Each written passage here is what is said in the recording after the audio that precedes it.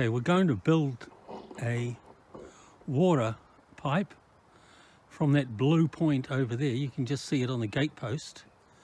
We're going to take water using these 19mm irrigation pipes, and we're going to take it right around here over to the gardening shed, potting shed, and then way further down to other gardens into another source where we need water. So I'll just give you a brief demo of digging. It's quite boring.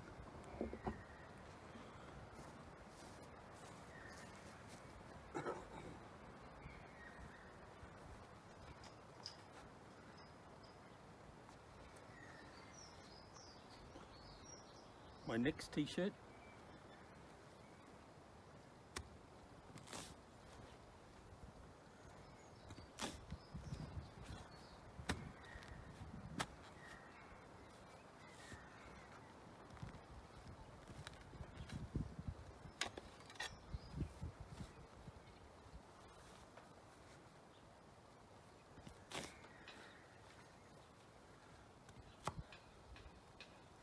Hello, something there, something solid.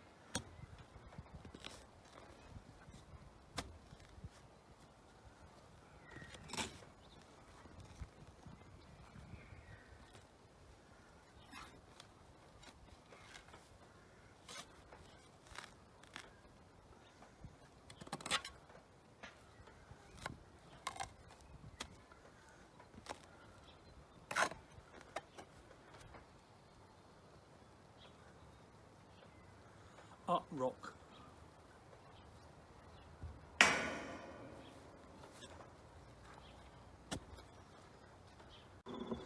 Okay, it's I've done this much so far. I'm about to enter that grassy bit, so I'm going to go down the grassy bit and then straight across, just to minimize interruption to the scenic driveway.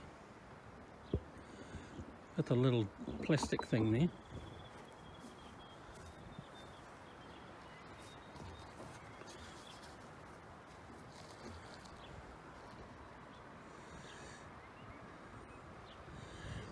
You see the grass grubs. One of my chickens, my favorite is Gina. She will just love them. So they're for her.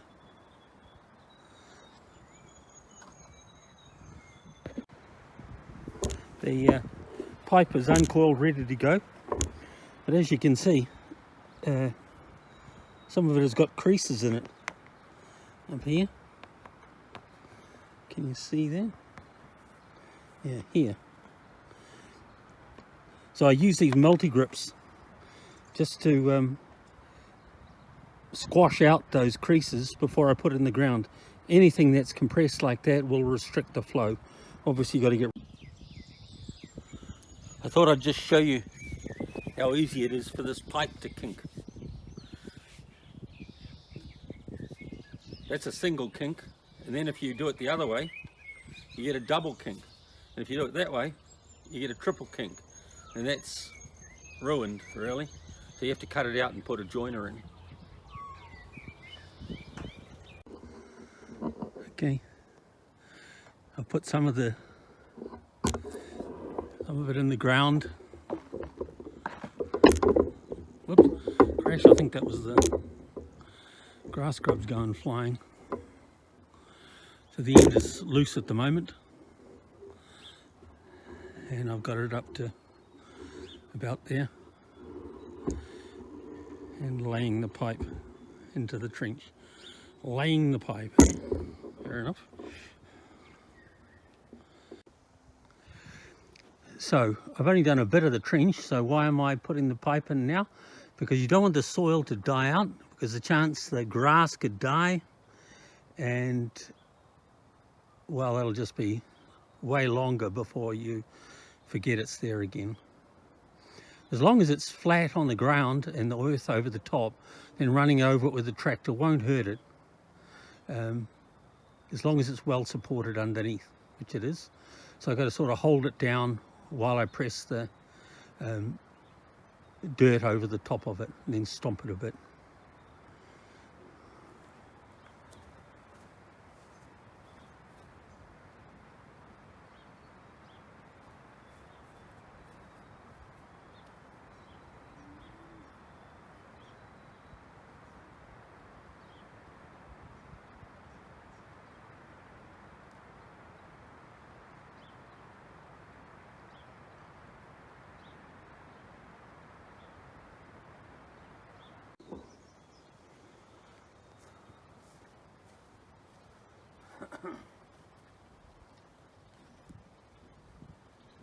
The worm's back.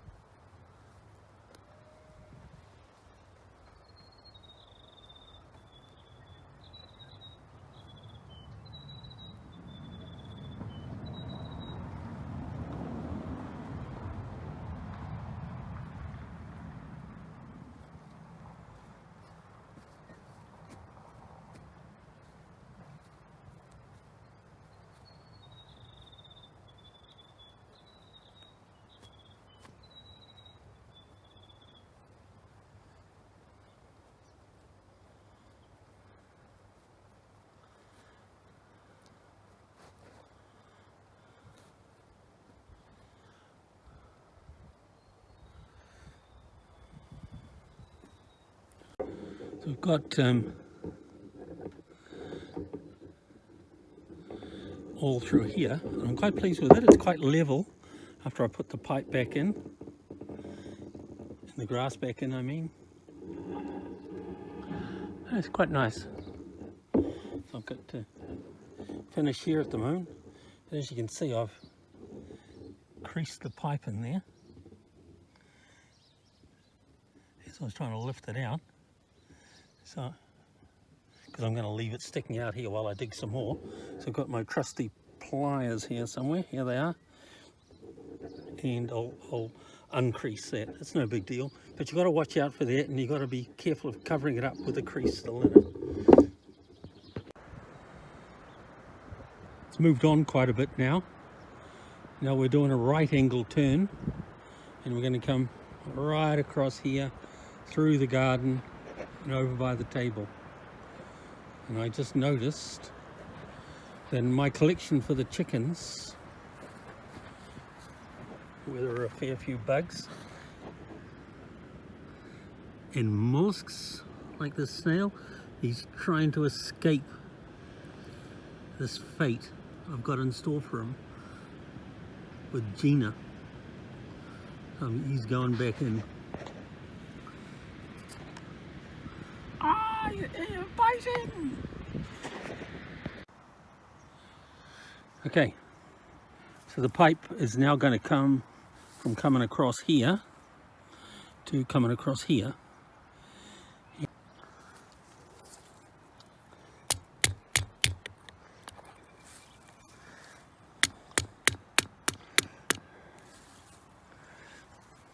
Okay, it is hard. So I'm going to get some boiling water and pour it over the end of that to soften it up.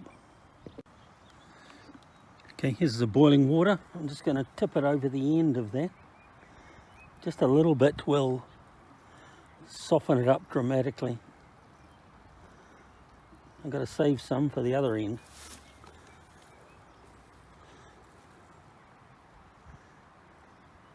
See, look at that, piece of cake now, easy as.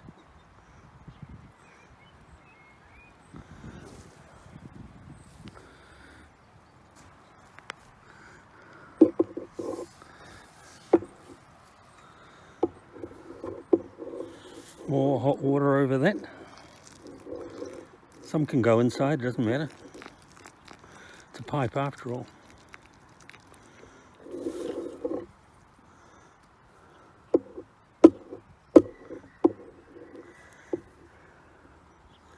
Job done.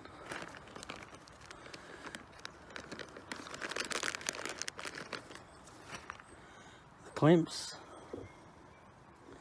which open up and go around.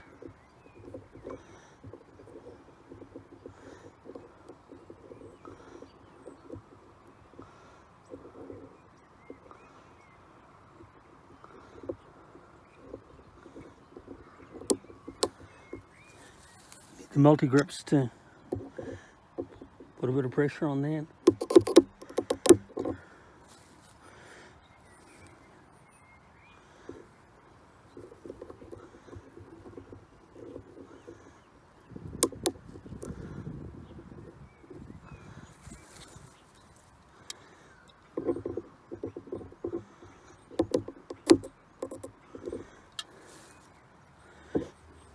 Dig that out of it.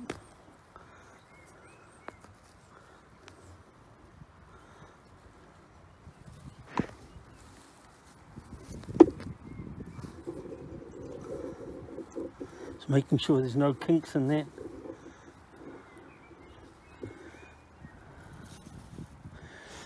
And double check it's okay before you bury it, because if there's a leak or a kink or a pressure point, you won't see it.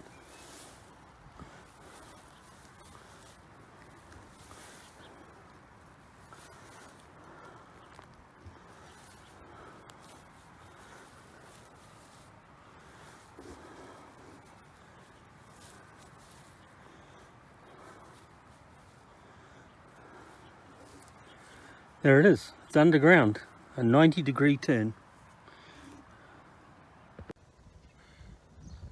We started over there, come right down there, covered it all up. Now I've dug across the driveway and into the garden, ready to put that hose, the pipe, into the ditch I've dug. Once I get past here, from here, it'll be much quicker to dig because I won't have to be so accurate, and I'm carrying through over to the potting shed under that table on the corner. So that'll be a spot where we'll fill up, put a hose or fill up watering cans.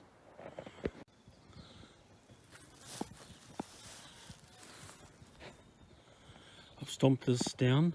I think it's quite level. I'd like the grass to come back level again. When you dig a ditch, it's quite common to get a bit of a dip or a hump. I hope I can avoid that.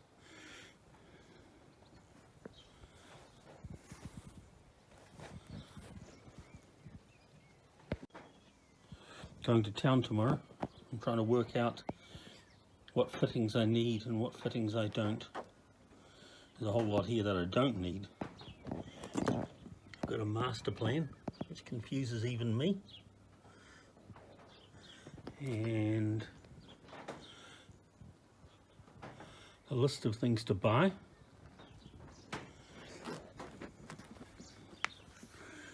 These taps have proven not to be very good over time, and they sort of embrittle. These things snap off. These ones appear to be quite good, and they seem to turn easily. Need a whole bunch of them actually, because you have to change direction at each point. So I think I need 10 in total. I've got 4, so I need 6 more. And I've got clamps for the wall, more clamps for the wall, snap fittings, compression fittings. I've got right angle fittings and a few joiners. These are the things that you hook a hose to, and it's confusing me a bit. No, I know what I'm doing. The pipe comes up into here. That's a 18mm pipe fitting and a 13mm hose fitting. These ones are different, I bought somehow. So I'm going to have to try and get it all right when I go to town tomorrow. This is the spot where the first outlet is going to be, and it's usually for filling watering cans, and it'll have hose attachment too. So its proximity is to the glass house and to the whole garden here. With a short hose, dragging long hoses is really annoying, and we've got some nice things under cover here, so short hoses. But we find that the watering cans are just the easiest to get things around, but you need to have somewhere to fill them, so this is going to be the first spot. So we have to put a T-joint, and then so we have to put a T-joint and 2 tap fittings, one to send it one direction, one to send it the other direction. We'll just do those now. And all the tools, cutting devices, fittings are all in the little trolley here. Got to have everything to hand.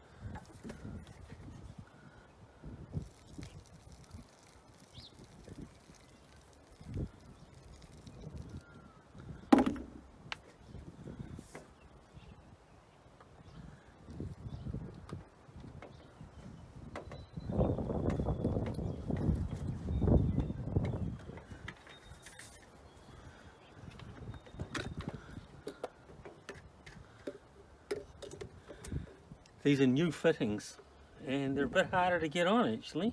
They got a double barb, I think it's a double barb, no, 3 barbs around the fitting, so it's somewhat harder to get on actually.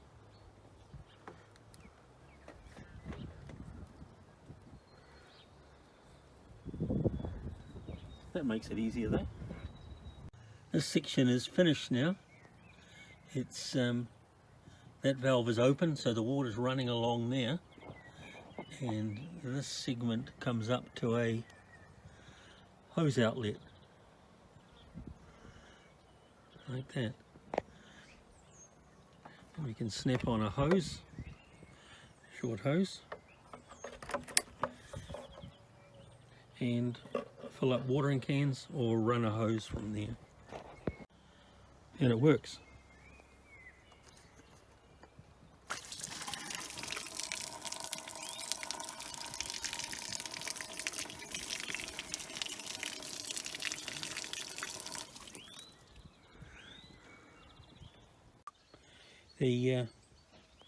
hose under here is now hooked up, the tap open, and it's running through here past these plants, underground here, and comes up here. Look at that, with water coming out of there with a 19mm hose. That's actually quite a bit of water coming out of there, and I've got another tap open somewhere else. So I clamp on that, comes up to the fixed fitting with a hose connector and the hose pipe connector, whatever it's called, and then a bit of irrigation hose to drain it out. And this thing can rotate around if you want to just fill up a bucket.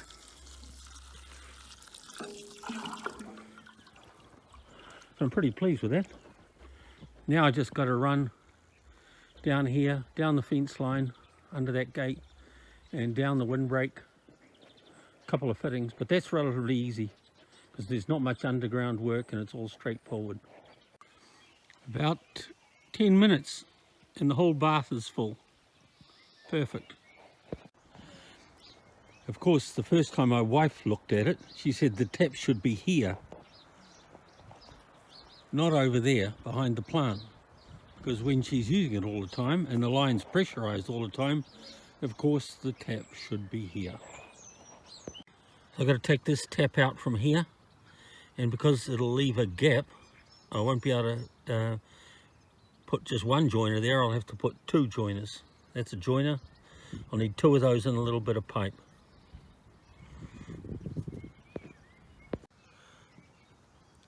Almost a big mistake. Started cutting the pipe to take it out and forgot to turn the pressure off, and you can see it squirting right out there.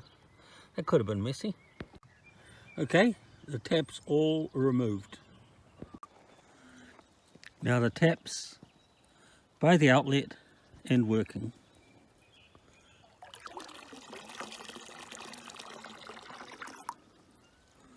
Obvious, really. It's all pretty much finished now, with the raw water coming in here, running along the fence line and then out to the bath. But it now continues further on down here into the herb garden, and then over there you can see a tap fitting, pipe fitting on the fence. Then it runs further down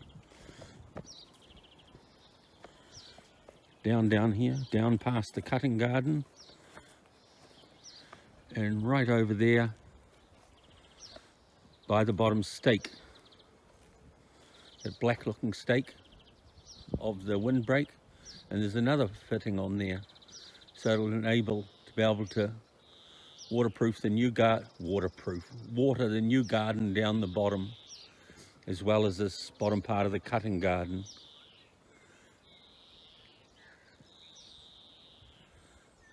So it's done.